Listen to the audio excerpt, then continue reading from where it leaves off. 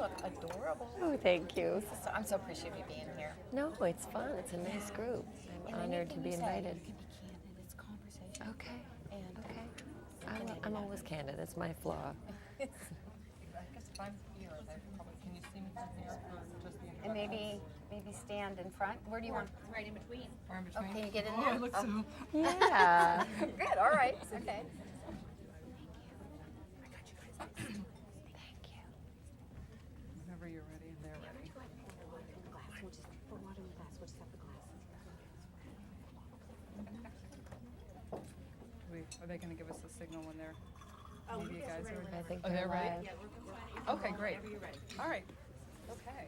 Well, welcome everyone. I'm Nancy Fisher.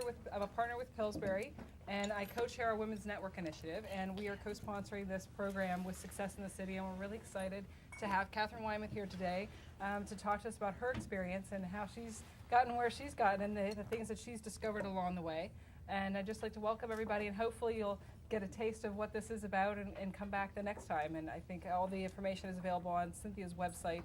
And hopefully this will be a foray into an area maybe that you hadn't come to before, and it'll be spark some interest for you. So thanks and welcome. Thank you, Nancy. Well, good morning, everybody. I am Cynthia DeLorenzi. I am the Chief Executive Officer, and more commonly known as the Chief Diva Extraordinaire for Success in the City, the organization that's telling the story of how women are revolutionizing business and how we're really making a change in the world today. And CEO Chick Chat is our Breakfast with Champions. We bring in extraordinary women, and we have a conversation just like girlfriends do, the way we talk over coffee or water. And today we have an incredible guest. We have Catherine Weymouth, who's the publisher of the Washington Post. I'm sure her story is going to be boring, but we'll go in and we'll just try to follow along as best we can.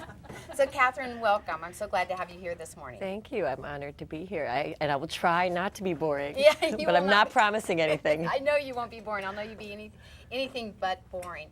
So as we begin any journey, let's kind of go back to the beginning. Where were you born? Boston, Massachusetts. Boston, Massachusetts. Because when we think of your family, we think of Washington, D.C. So how was it that you came to be born and raised, or were you raised in Boston? I was raised in Manhattan. In Manhattan. So what was your family doing? What were your parents doing, and why were you starting out in Boston? My dad was an architect, so he was going to school in Boston when I was born, and then I think my mother was trying to run away from Washington. And she's one of those, doesn't drive, doesn't have a license, and loves the streets of New York and teases me that I live in suburbia. My fantasy was to get a house and a yard and 2 dogs and kids, and she thinks that's cute. So, she's a diehard New Yorker. Really? Yeah. So her heart was there. So Oh, she knew yeah. that's where she wanted to be. Absolutely. So at some point then your family moved to Manhattan. That's amazing. We don't know a lot of people, especially when you live here, that don't have a car and a driver's license. Yeah. But that's amazing. You don't need one in New York. So you were raised then in Manhattan. Yeah. So you were a city girl. Absolutely. So, but you drive? Oh, yeah. Okay. Yeah. you were going to get that Yeah, driver's I got license. my driver's license the day I was allowed to, yeah. Really? So what was it like growing up in New York City? It's hard to say a little bit because I don't have anything to compare it to other than my kids growing up here. But so for me, it was totally normal and it was cool. And, it allows you to be very independent. I mean, we took the public bus to school and then we walked the last several blocks. And in 10th grade, we were going to Studio 54 because it's the old, if you were a girl, they didn't care how old you were. You could get into Studio 54. And actually, it was incredibly innocent. I mean, I'm told that it was sort of the cocaine era, but we really had no idea. We just went to dance. And we knew that Tuesday night was business school night. All the cute business school boys would be there. and so that's what we did. And now I think back, and there was another discotheque that I loved to go to on Friday night. And I can't imagine it with my kids, but I would, in 11th to 12th grade, I would stay at home until 11:30 or 12, and then we would go out because I explained to my mother that the clubs didn't get going until then, and my curfew was 2 a.m., which I thought was unfairly early.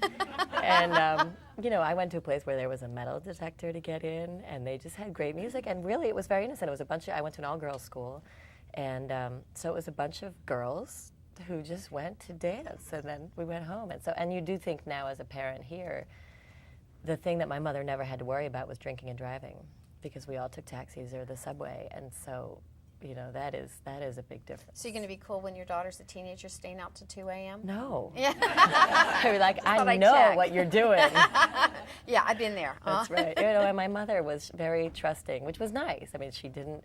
Some of the moms set alarms to make sure their kids were in, and she just trusted me. So I didn't betray it very often. I was mostly home. So your dad was an architect, and I know we had a conversation a little bit about what he did. Tell us a little bit about the work he did and how that may have influenced your life.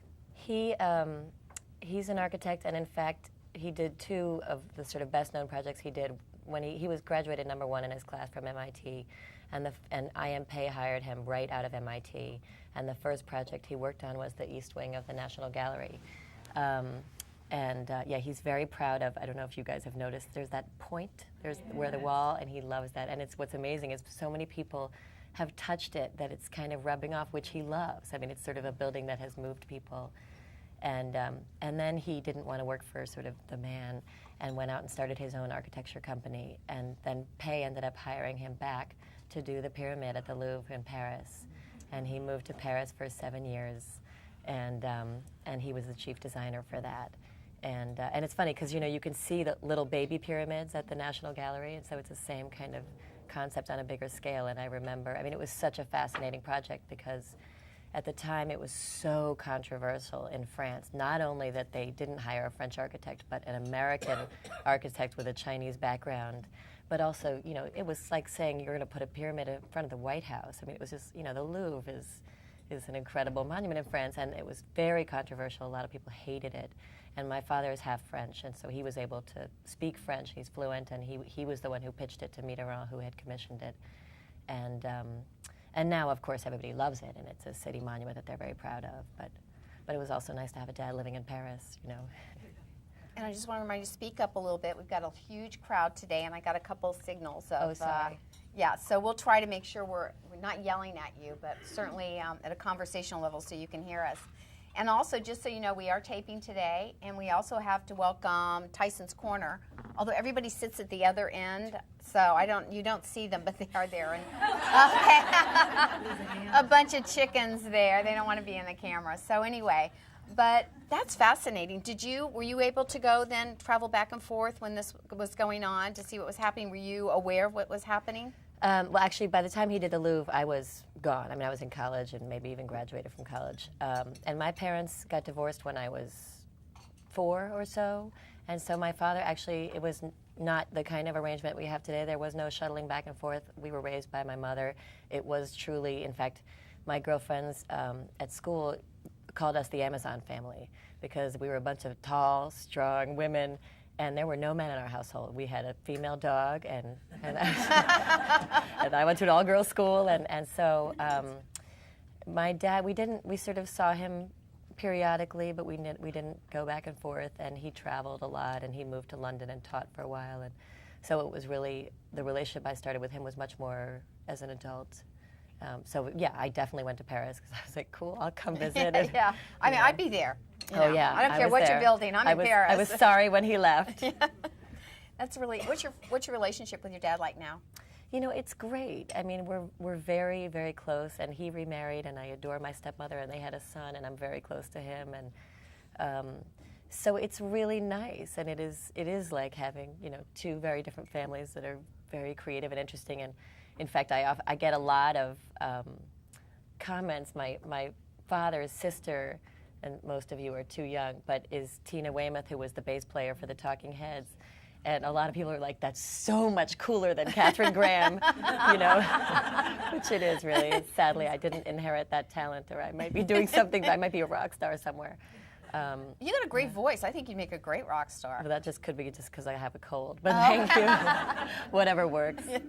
Interesting. Well, so let's talk about a little bit about your mom and your relationship with your mom and what your mom was doing at this time. My mom is one of those, you know, she's one of a kind and strong and funny and, you know, was a tremendous influence in our life. I mean, she was the mom and the dad. She was everything.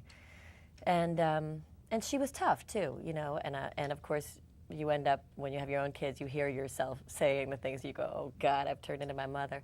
But she taught us really the values. I mean, I think she thought, you know, obviously we were privileged and we're lucky enough to go to fantastic schools and have lots of opportunities. But she always ingrained in us that that was not a right, that we were lucky to have the privileges that we had, and that she always taught us, you know what, it will open doors for you, and it might get you in the door, but then you have to prove yourself. You know, you have to do the work, and that is the only way you're going to succeed. And it was always clear that we were going to work for a living, and she worked very hard. So I'm very grateful for that. Did your mom work? Yeah, she did. I mean, sort of more and more as we grew up. And in the beginning, I think she worked less, but she's a journalist, and she covers foreign affairs. So she travels all over the world and interviews heads of state. And when I was growing up, she was focusing on the Middle East. So she went to Beirut, and she spent a lot of time in Israel and Tunisia, and you know, all over the world. Does she write for you? She writes for Newsweek, and which we also own, although it's not under my bailiwick. And then the Washington Post often prints the same article in our editorial, but no, I don't, edit my mom. That would be very uncomfortable. I wouldn't want to be telling her what to write. And vice versa. And vice versa. Well, no, she still tells me what to do. They can't She's help still it. my mom. Yeah. She'll call me up sometimes, and my assistant will tell her that I'm in a meeting, and she's like, "Oh, that's so cute." I'm like, it's not cute. So. I know my mother always called like my male friends as that's Cynthia's little friend. You know, Yeah. he could be 8 foot tall. It's her little friend. That's right. So at this time, now everybody knows that your grandmother is Catherine Graham. What kind of role was she having in your life at this time? I think it's intriguing that this is your mother's mother. Yep. So was she around at this point much in your life, or she was here in Washington? And She was here in Washington, and she was more, I think, a sort of typical grandmother in the sense that we saw her on holidays mostly. And, we just knew her as Grandma. And I think we were conscious that she was prominent.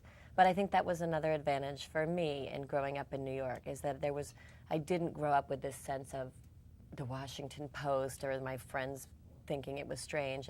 It was just, not a big deal. So I'm grateful for that. It was. Yeah. So you have this incredible family, and everybody's got these amazing careers and are changing people's lives. So what was your ambition? I wanted to be a ballerina. Typical, right, I guess. No, I don't think it's typical. I mean, because you To a actually certain age. pursued it. I mean, you studied ballet. I did. I went to the School of American Ballet, which is the Balanchine School in New York.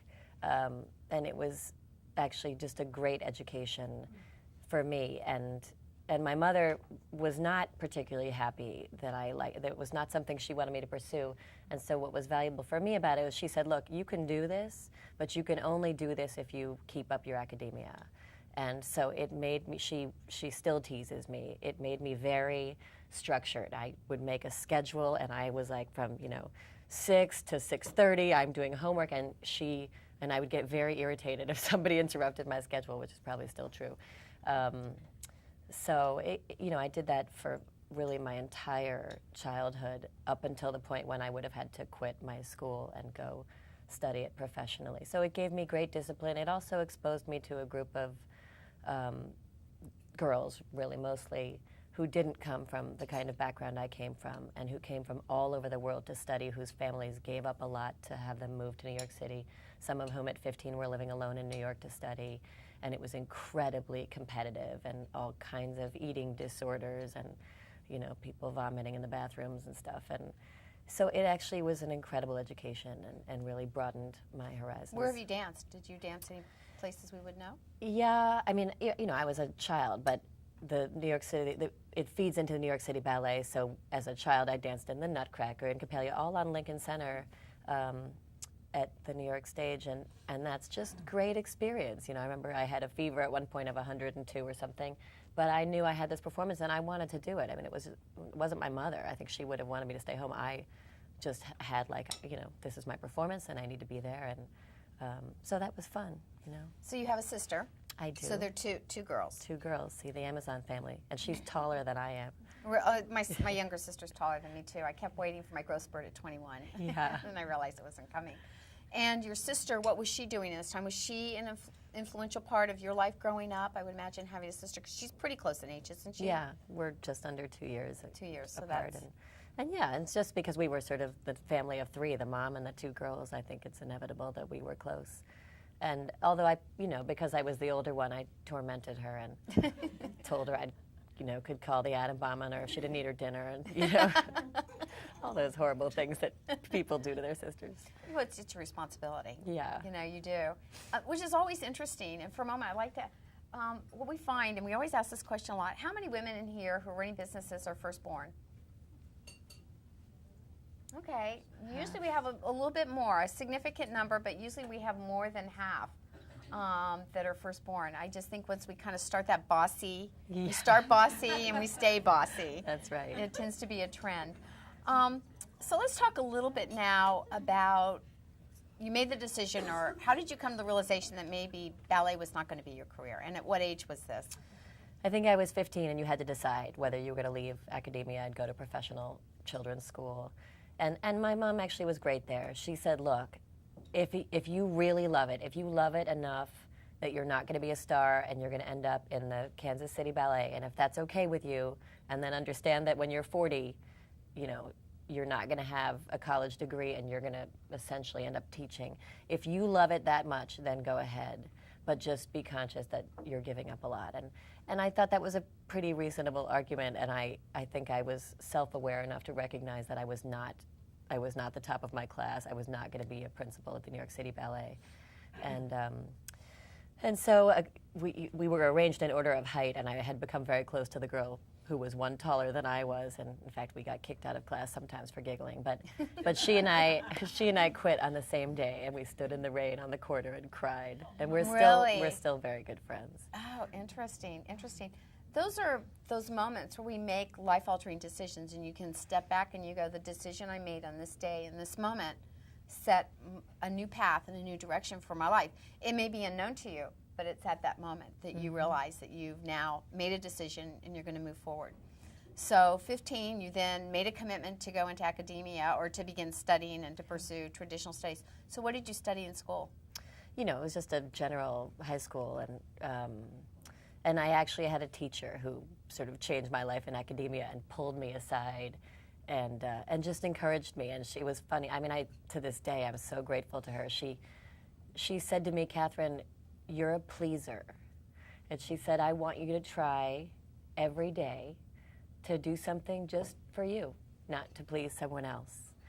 And I was so taken aback that she had noticed anything. I mean, I don't think I thought about it. And she also said to me, your handwriting is really, really tiny, because it's as if you're afraid that somebody might actually be able to read what you're writing.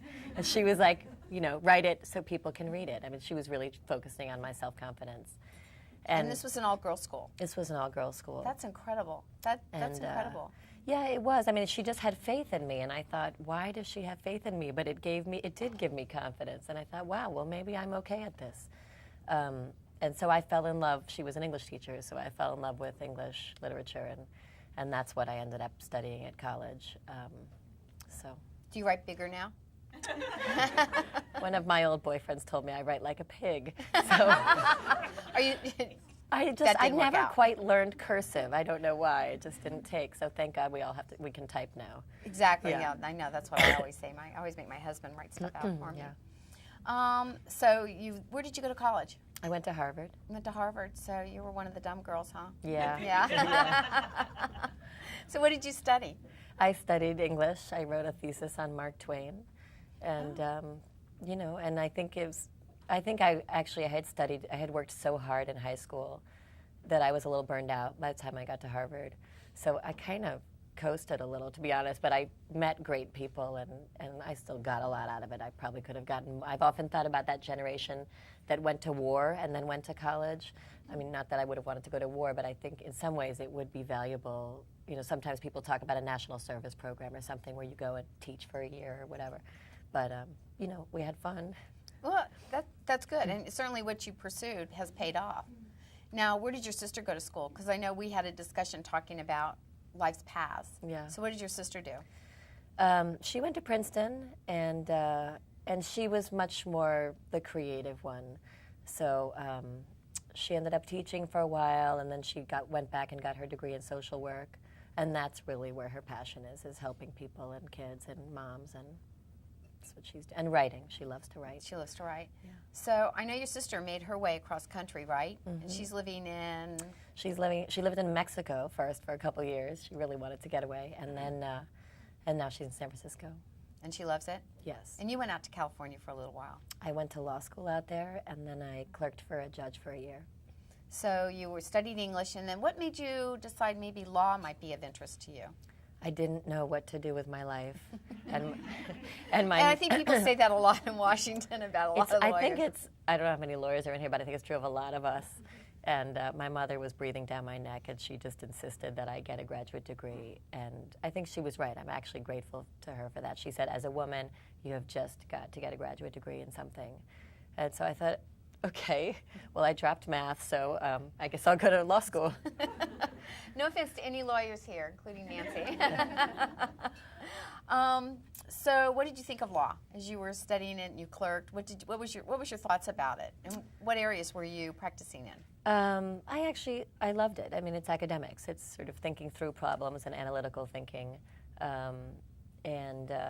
So I clerked for a year, and then I came to Washington, and I worked at Williams & Connolly as a litigator, and which is just, everybody says it about becoming a lawyer, but I think it's true. It's a great skill. It's a great, it does help you sort of prepare an organized brief and an argument and think about a case. And so, and at Williams & Connolly, you don't specialize a lot, so I ended up doing a smattering of things and ended up, by coincidence, doing a lot of medical malpractice defense work. But interesting. So you have a law degree, you had an English degree, and now you were doing this out in California?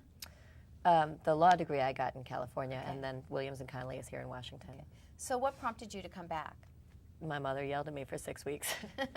Well, she is one of those